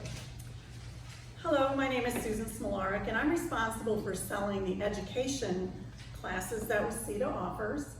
I'd like to talk a little bit about our newest program called Spanish 1. Joel Espinoza was unable to make it this morning, so I'm just going to pinch hit for him a little bit and give you a brief overview of the Spanish classes that are available now and in session. WCEDA consistently strives to enhance the value we provide to our community by consistently evolving our services. As business dynamics change, we must flex new muscles to help your organization and team members succeed. As organizations focus on acquiring diverse talent or enhancing their IED, inclusion, equity, and diversity training, one opportunity is providing education on the Spanish culture and language. We now offer a new customized Spanish training class for businesses in the community. This hybrid learning language program is a curated plan formed by your business requirements, communication objectives, and participants' proficiency levels. Some of the topics that are discussed during the training are short phrases in Spanish, how to greet people in Spanish, asking questions, describing the location of people and things, attendance policies, emergency responses, professional development, and safety incidents. During the training sessions, participants will learn and practice a new language skill in an open, friendly learning environment. Role-playing will be a key tool so we may practice real-work scenarios. Lastly, the training is led by a member of our team, Joel Espinoza, who is a native Spanish speaker who specializes in adult continuing education. Before I conclude, I'd like to share some information from one of our first Spanish modules.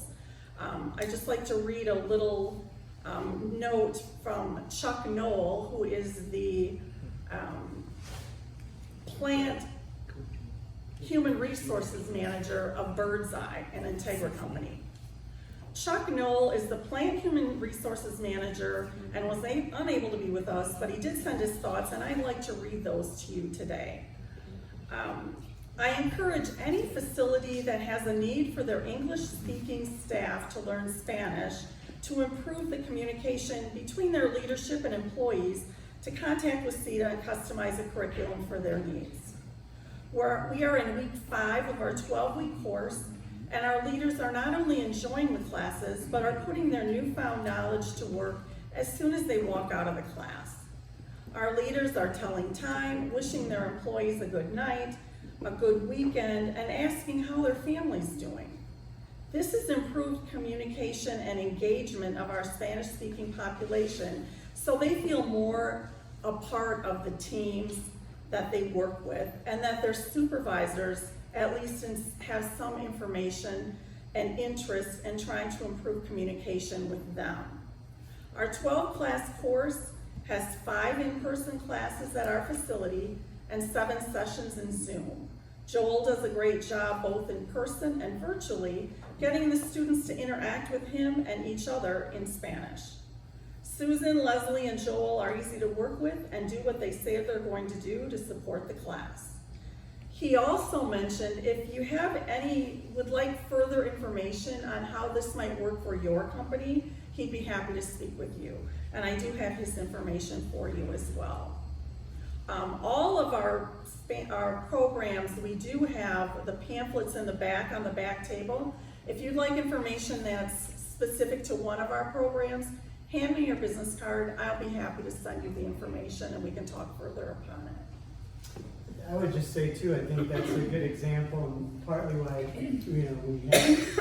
we're wanting input from you here is we had met with Birdseye and they asked about that type of a program, and we'd love to know, are there other things like that? Because as Liz said, she's got a lot of capabilities, Gateway does, we have resources, so if there's something that you need like that, but I do think the Spanish one can be certainly good for a lot of our businesses in the area, so we're excited to kind of get that one going. So thanks, Susan, for talking about that.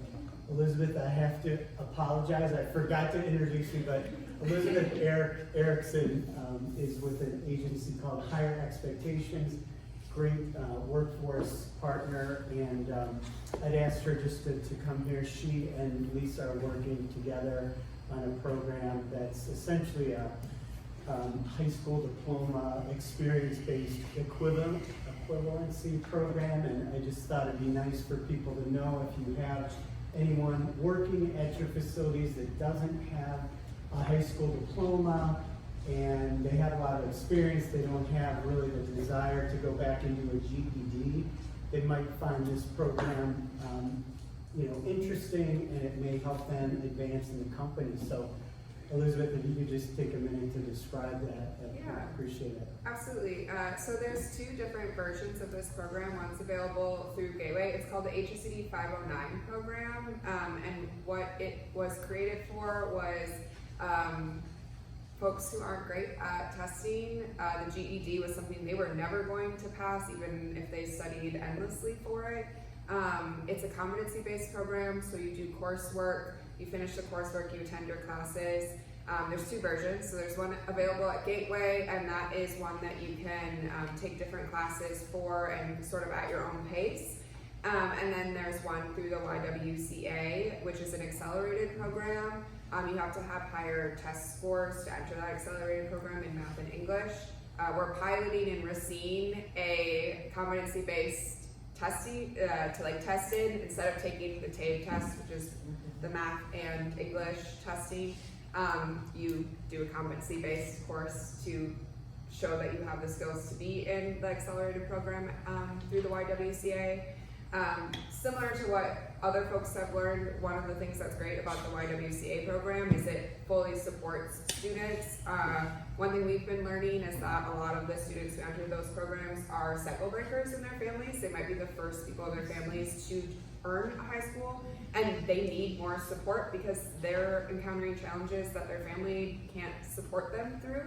And so I think that's really important.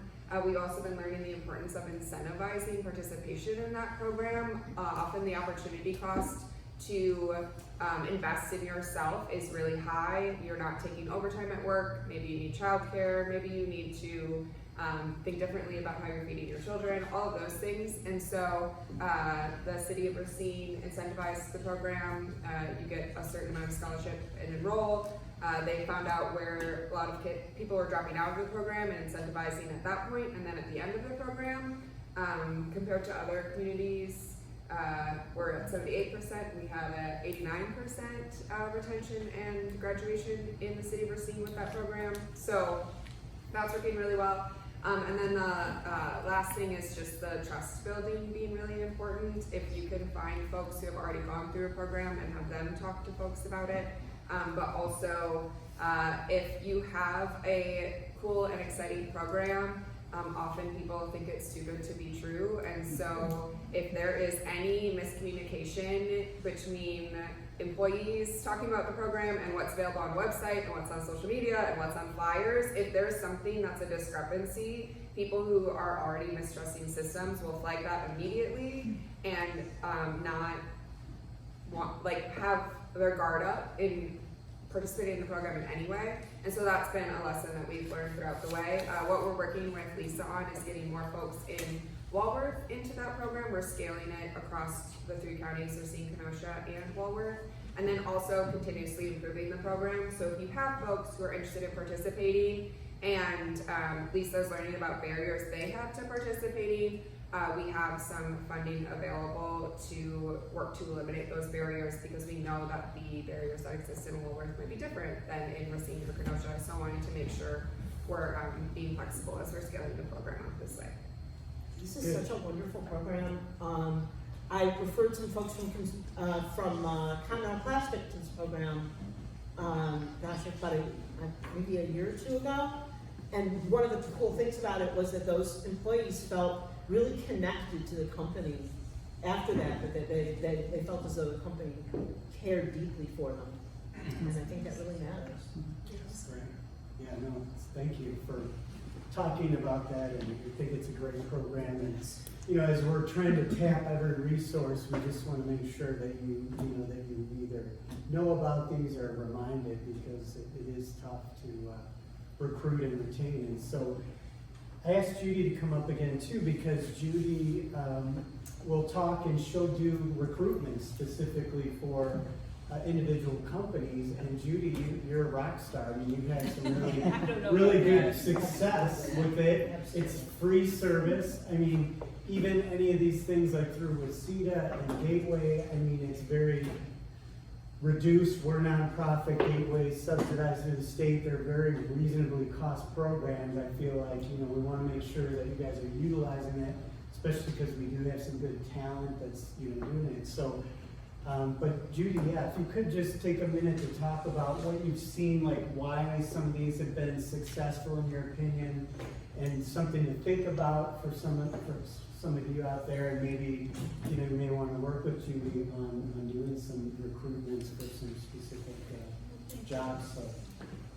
I guess I'd like to think of it in terms that really I'm just another leg on the stool, or just another partner for you. I tend to like to dig a little deeper into about every the employer.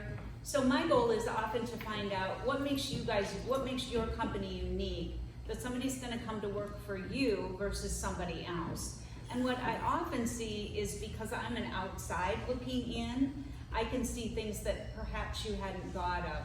You know, flexible schedules, or I had companies who have medical assistant on. I had one who said to me, well, they get benefits day one. I'm like, what? Wait a minute, like day one, we get benefits? So it's often things that I'll kind of want to dig in and find out more about the company itself. Working then just in creating, I'll do everything that you, from as involved as you want me or not as involved. Meaning just as help wanted flyers that I'll post relentlessly on social media. I even share on my own social, so you get that benefit working with me, that you'll have it not only on, which is Southeast Works. We do LinkedIn, we do Facebook, when we do Instagram. So if you don't have somebody that can create a flyer, I'll do that. I'll create a flyer. A lot of times I'm taking ones that come over from me and kind of ask, can I doll them up, or, you know, add some graphics or stuff. So the recruitments themselves, where I can help, is being so involved. I'll do scanning for you. I'll set up appointments.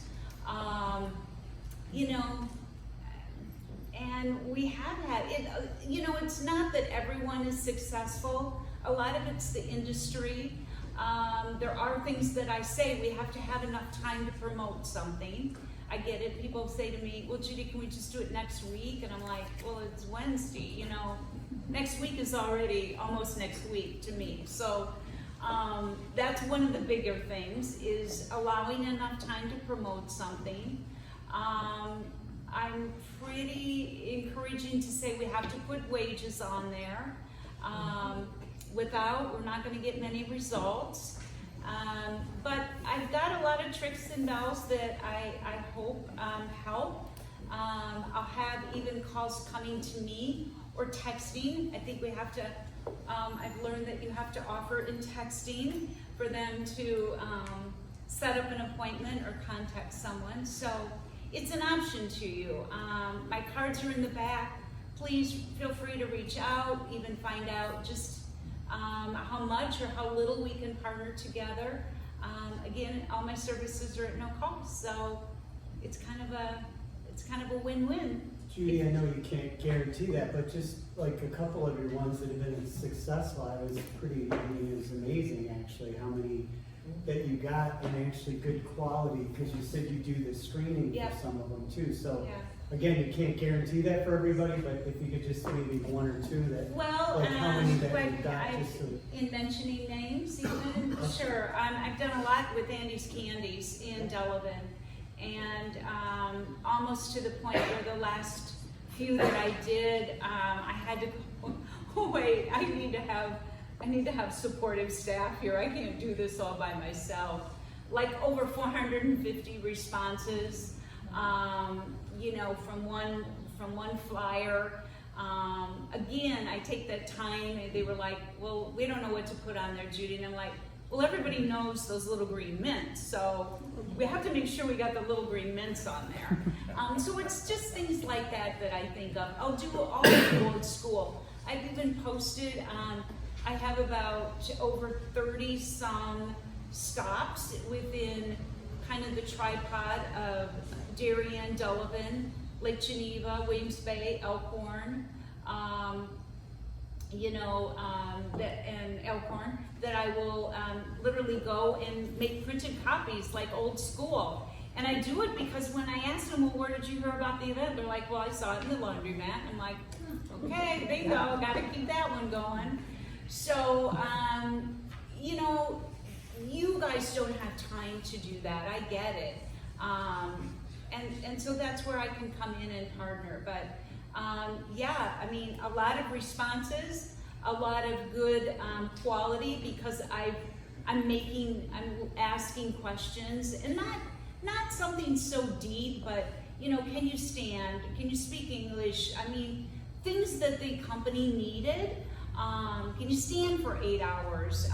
Do you have any manufacturing experience? Some needed that, some didn't. So those are all notes that then I pass on to that HR person. We've developed even a lot doing on-site, where they not only have HR there where I'll be there the first to introduce and welcome everyone and hand them off, where HR will interview and we're not talking long interviews, we're talking 10-15 minutes. But then if HR's kind of given a thumbs up, they may even go in and talk to the supportive supervisor of that department. I've seen that work huge. So we're getting a lot of those initial things handled all at once. Even on-site tours happening right then. So they don't have to bring the people back and say, now do a tour. They're actually getting a lot of that done. And that seems to have been offered some good success. Like I say, I can't guarantee, but no, exactly, not all of them, but it can be. It can be, yeah. Successful. So, last but not least, Chris is pinch hitting for us on this last piece. As Susan mentioned, Joel couldn't be here, but Joel Espinosa works for us, does our Spanish class, but he also will be rolling out a new one that is called Bring Your A Game. And it was something that Chris has brought to us because he's been trained in that and working with his kids, and he'll talk a little bit about it, but we hear so much about soft skills and, you know, either young employees or new employees, you know, lacking some of these skills, and this is a program, recognized program that we're going to be offering. And since Chris is familiar with that, I thought we could just take a minute to describe that. Yeah. So stumbled upon this curriculum, really was looking for an employability skills curriculum for our youth build program, which is, we have a program where we partner up with Habitat for Humanity. We have kids 16 to 18 who help build a house. And many of these kids have been on the cycle of poverty or have disabilities and are losing a skill. And then we upskill them on the employability skills, career development, and we get them jobs. We help them get jobs. So, excuse me, stumbled upon this curriculum, came out of Colorado, Center for Work Ethic Development. They've recently been purchased by Aztec Software. It's called Bring Your A Game. The A's are all employability skills: accountability, ambition, attendance, acceptance, appearance, and then a couple more. So I don't know them off the top of my head, but it's a great curriculum. And here's what I really like about it, to be honest with you. It's simple and cheap. I mean, that, you know, some of these curriculums are expensive and robust, and they're trying to solve the world's problems in one workbook. This is for, you don't have to create some amazing lesson and have all these great outcomes and learning objectives. They literally give you the formula. Read this, do this. The curriculum is different for each type of group you're presenting. There's an adult and a youth version. We use the adult version, and we've had a lot of success with it. Really, and then as we brought this to some of our other advisory groups, our employers have said, wow, that's a really cool idea. So I handed it off to WCEDA as another opportunity to upskill some of your employees, and I can't say enough about it. The curriculum is flexible enough where it could be literally an entire year's worth of curriculum or semester, or you can get it down to just like 6 weeks, 6 lessons. And there's a certification assessment at the end, so they can get a certificate that they have these employability skills. And there's practice lessons and everything. It's wonderful, and I'm really appreciative that WCEDA's taken it up for any of your new employees. Did you have one other thing you wanted to mention? Oh, I did want to do a shameless plug, by the way. I asked Derek if I could. I met Mickie and saw her presentation at the Level Up conference last year, which was in Lake Geneva. They're doing it again the Wisconsin Manufacturing Commerce Foundation is at the heart of it. They're doing a similar, they're doing Level Up again. It's going to be in Plover on the 17th and 18th of June. If you want more information, I would encourage you to attend, because this conversation is what that conference is. It's economic development, it's employers, it's HR, and it's K-12 schools. It's 2 years and 4 years, just talking, like having conversations like we're at. So yeah, we'll do that. Yep, just want to pass it on. We're going to skip the last activity, because we're a little over time here. I want to thank all of our speakers. I want to thank you guys for participating. We're going to get a lot of the follow-up. We'll have a video of this, so really appreciate if you have any input for us. Please, email us or whatever in terms of, what you thought of this, or if there's something you missed or something you need, that kind of thing. Again, thanks for being here, spending a couple hours with us. Appreciate it.